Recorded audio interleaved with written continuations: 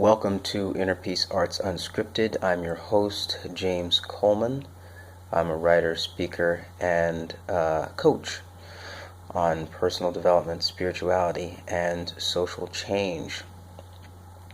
Check out my blog at innerpeacearts.wordpress.com, Facebook and Twitter, innerpeacearts1, and email me, innerpeacearts@protonmail.com.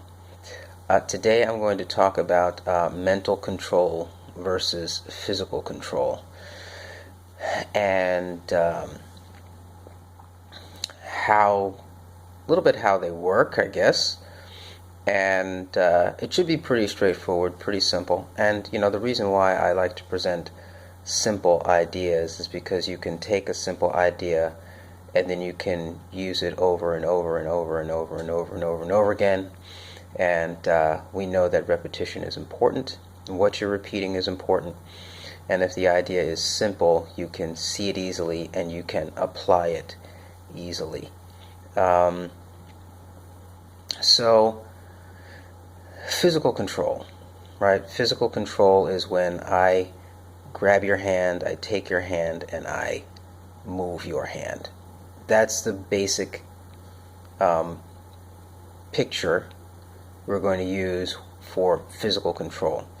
It's I actually take the object and I move it and I do something to it. And physical control can be, for our purposes, mediated through some kind of machine, right? I take a hammer, I take a car, and I, move you. Right? I put you in the car, lock the doors, take you away, right? Well, I need to have a special car where you're in the back and can't actually hurt me, right? But those are pictures of physical control. Mental control is when I offer you a sign, a word, something along those lines, and then you do the action yourself. And so if I say freeze, and then because I say the word freeze, you stop. That's mental control. And I realized that little kids play games with mental control.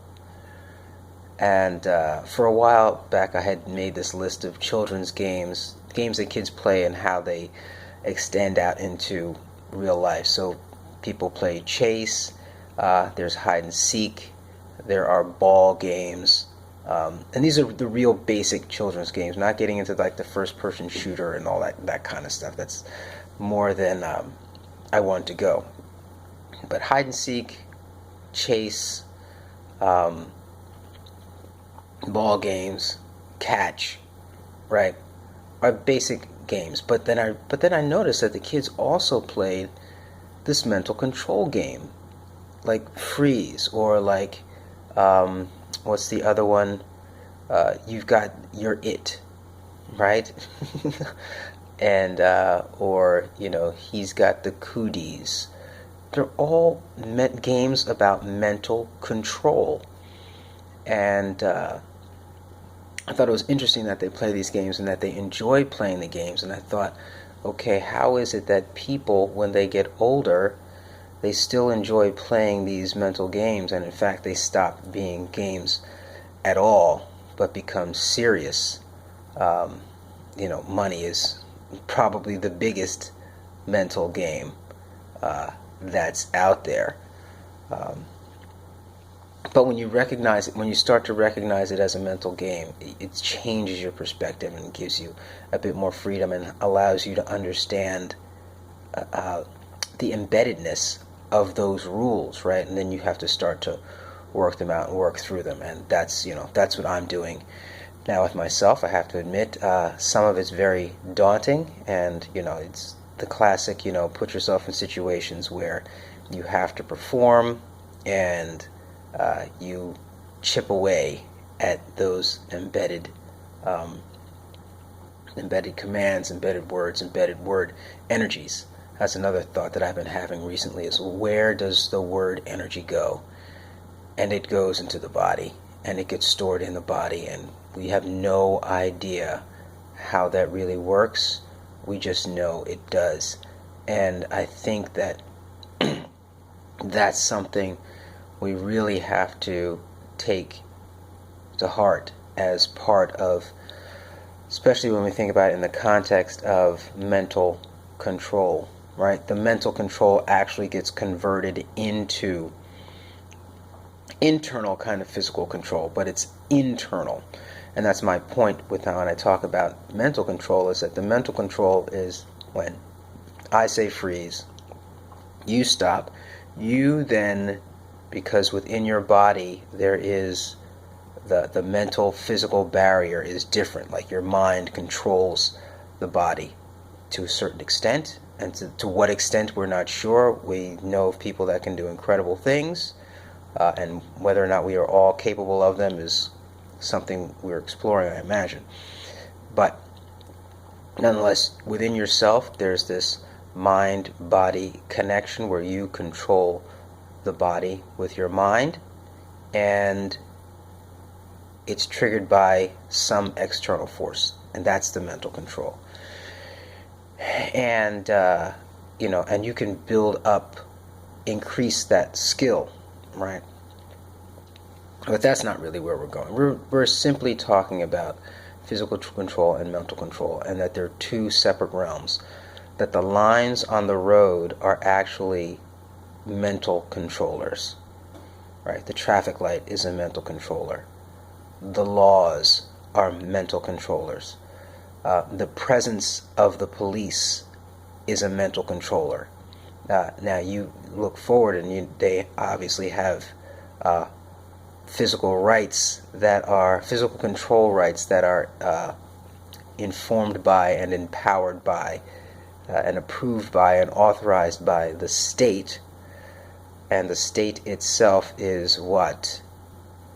It's a mental control device. So you see how much more of our world is wrapped up in science. And this is just another way of saying how much of our world is wrapped up in science and in the embedded science that happened to us. And I would say that this notion of mental control is one that we need to explore more, because it's one that actually dictates most of the control that's influenced over our lives and that we influence over ourselves. And we say it's all in the mind and it's all mind games.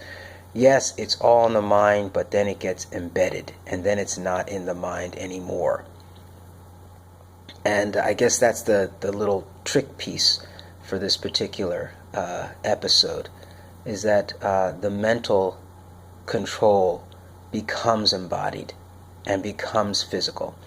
And at that point it starts to take on physical characteristics, and then that's when you start to take actions that are no longer under your mental control. So this is, touching into things about habits and learning and all that. But it's mental control, right? It's another way of saying it, and I like to have other ways of saying things because it gives you a different perspective, and that different perspective hooks on to other perspectives and eventually emerges into a different kind of perspective and different kind of way of acting.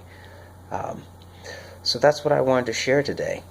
Physical control, mental control. Mental control is control by sign, and then you do the work on the inside. And just by saying that you do the work on the inside should give you the key that you can do different kinds of work on the inside.